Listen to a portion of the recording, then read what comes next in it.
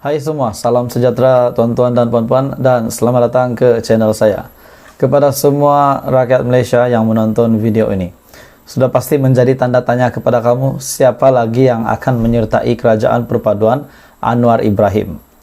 Tuan-tuan dan puan-puan, hari ini sudah sah satu lagi gabungan yang berpengaruh di Blok Borneo akan menyertai kerajaan perpaduan. Dan bukan itu sahaja tuan-tuan dan puan-puan, terdapat satu kabinet yang sudah ditularkan di media sosial.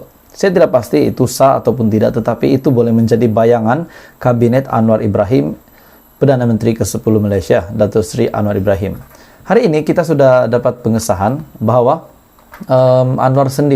Datuk Seri Anwar sendiri telah mengumumkan, telah mengesahkan berita ini, bahwa satu lagi gabungan yang sudah sah menyokong kerajaan perpaduan. Tuan-tuan dan puan-puan, hari ini saya ingin berkongsi dengan kamu, Anwar akhirnya umum satu berita baik kepada rakyat Malaysia yang dinanti-nantikan, terutamanya kepada semua yang menyokong Datuk Seri Anwar Ibrahim dan semua rakyat Malaysia. Hari ini Anwar umum dapat sokongan lagi 2/3 selepas GRS sah sertai kerajaan perpaduan. Jadi tahniah kepada Datuk Seri Anwar Ibrahim dan tahniah GRS sudah menyertai kerajaan perpaduan. Berita sepenuhnya, Putrajaya, Datuk Seri Anwar Ibrahim mengumumkan kerajaan perpaduan yang dipimpinnya kini mendapat sokongan 2/3 daripada ahli parlimen selepas Gabungan Rakyat Sabah ataupun GRS secara rasmi bersetuju menyertai gabungan itu. Tahniah.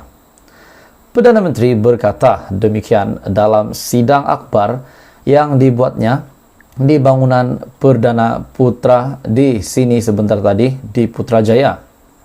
Datuk Seri Haji Jinor ataupun pengerusi GRS memaklumkan GRS sudah secara rasmi menyertai kerajaan perpaduan.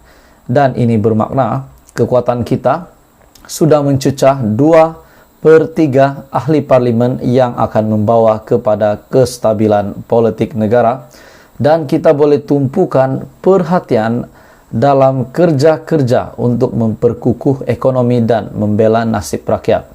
Kenyataan daripada Anwar Ibrahim sendiri. Jadi tuan-tuan dan puan-puan semua, inilah yang dinantikan oleh Datuk Seri Anwar Ibrahim. Inilah yang dinantikan oleh rakyat Malaysia. Dalam pada itu, satu gambaran bayangan kabinet Anwar Ibrahim senarai Menteri Kabinet Malaysia 2023. Sudah pasti Anda dan saya sendiri menantikan siapa yang akan menjadi menteri-menteri di dalam kabinet Anwar Ibrahim, kabinet Perdana Menteri ke-10 Datuk Seri Anwar Ibrahim. Di mana bayangan yang ada dalam gambar ini, walaupun ini hanyalah bayangan, tetapi kita boleh lihat ini sebagai panduan dan tidak mustahil jika ini benar berlaku, jika ini benar pelantikan kepada semua menteri-menteri ini. Dan paling mengejutkan dan yang saya paling ingin kongsikan kepada kamu, ini pasti mengejutkan. Timbalan Perdana Menteri sudah pasti masih menjadi tanda tanya, walaupun saya ada buat kajian baru-baru ini, timbalan Perdana Menteri, dan ramai yang menyokong Tokmat ataupun Muhammad Hassan, wakil daripada Barisan Nasional, untuk menjadi timbalan Perdana Menteri Datuk Seri Anwar Ibrahim, Perdana Menteri ke-10 kita. Dan dijanjikan juga antara sebab kuku UMNO menyokong Pakatan Harapan dan DAP adalah UMNO dijanjikan 5 jawatan menteri dan salah satunya adalah Menteri Keuangan. Keempat-empat lagi adalah menteri selain daripada Menteri Keuangan dalam kabinet Anwar Ibrahim ataupun kabinet kerajaan perpaduan. Jadi di dalam ramalan ini, di dalam jangkaan ini, yang menjadi timbalan Perdana Menteri, kita boleh lihat timbalan Perdana Menteri 1 adalah Datuk Seri Haji Muhammad bin Haji Hassan ataupun Tokmat, dan timbalan Perdana Menteri kedua adalah daripada Blok Borneo, yaitu Datuk Seri Panglima Muhammad Syafi bin Abdal, yaitu Presiden Warisan. Namun tuan-tuan dan puan-puan, kalau ini ramalan yang betul, boleh diterima juga. Tetapi kita kena berikan keutamaan kepada GPS yang mempunyai 20 kursi lebih. Kalau saya tak silap 22 atau 23 kursi parlemen di dalam blok Borneo, menjadikan GPS adalah mempunyai kursi yang paling banyak untuk blok Borneo. Jadi wajar sekali GPS dengan kenyataan daripada Abang Johari untuk GPS menjadi timbalan Perdana Menteri wakil daripada blok Borneo. Jadi walaupun ini ramalan, saya lebih setuju jika Abang Johari, yaitu Presiden pengurusi GPS, untuk menjadi timbalan Perdana Menteri Anwar Ibrahim.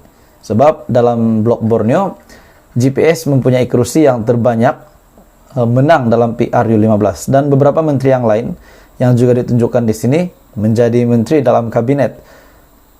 Senarai Menteri Kabinet Malaysia 2023 di bawah pimpinan Perdana Menteri ke-10 Anwar Ibrahim, Syed Saddiq menjadi Menteri Belia dan Sukan, Menteri Pendidikan Nuraini binti Ahmad, dan beberapa nama yang lain, yaitu Muhammad Rafizi bin Ramli menjadi Menteri Perdagangan Antarabangsa dan Industri, serta Menteri Keuangan Johari Abdul Ghani. Kita dapat melihat Menteri Keuangan yang dipilih ini, kita boleh lihat bahwa beliau sangat sesuai untuk menjadi Menteri Keuangan di bawah Kabinet Perdana Menteri.